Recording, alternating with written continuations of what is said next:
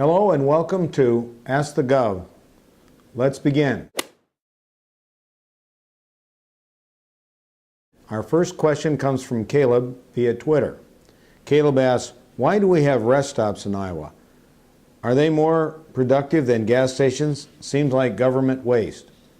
Well, we have rest stops only along the interstate highway system, and this was part of the Federal Highway Act, I think passed back in the 1950s. So this is a situation that I think your question's a good one, but it was something that was basically imposed on the country by the federal government when it decided to create the interstate system. We're trying to look at ways to be more efficient and economical with our rest stops, and in fact we've heard many of complaints that the state is really kind of built almost when we built rest stops, they've almost been like art galleries, and we need to have a clean rest stop. But and certainly gas stations and convenience stores also play an important role, and we recognize the benefit of those private sector businesses. Our second question comes from Jerry in Emmitsburg via email. Jerry asks, we in small town Iowa need industry. What are you doing to help small town Iowa retain and grow business? Well, we have a number of proposals in our job action plan to help bring more business to small town Iowa.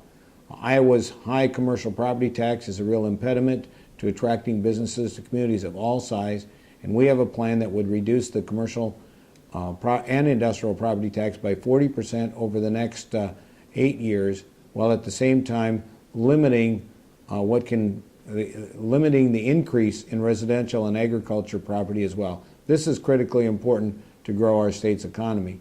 We also have a proposal that would encourage businesses that are looking at selling to sell them to an employee stock option plan, where the employees could own the company and keep it in operation in our communities. This has been very successful.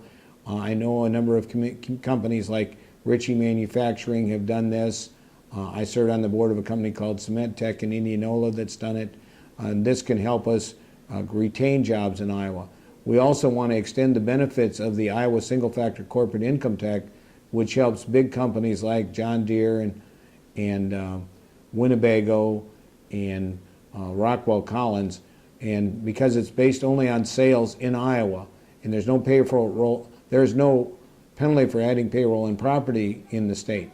However, the supply chain manufacturers that supply those companies have to pay tax on 100% of their sales. We want to extend the benefits of the single factor benefit for the major manufacturer to these supply chain companies. We think that'll help bring a lot more of those companies closer to their major manufacturers here in the state of Iowa.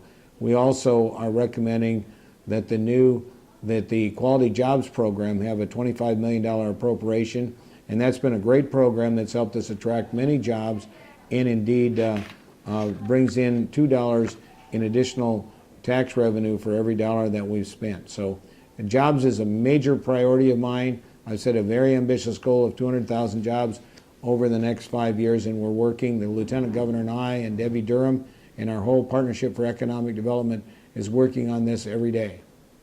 The third question comes from Beth in Piasta. Beth says, what progress are you seeing on your third grade reading initiative? I think there's significant support for doing more in an intensive literacy program to make sure that all Iowa children can read, because in preschool, kindergarten, first, second, and third grade, students learn to read. After that, they read to learn. We need to make sure that we're not just passing along illiterate kids who become more and more frustrated and fall further and further behind and then become dropouts when they get to high school.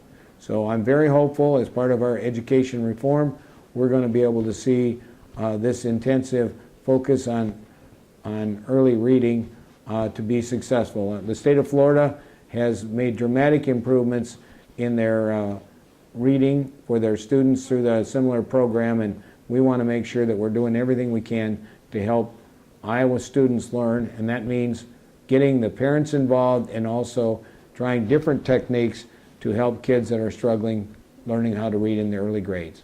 Thank you very much.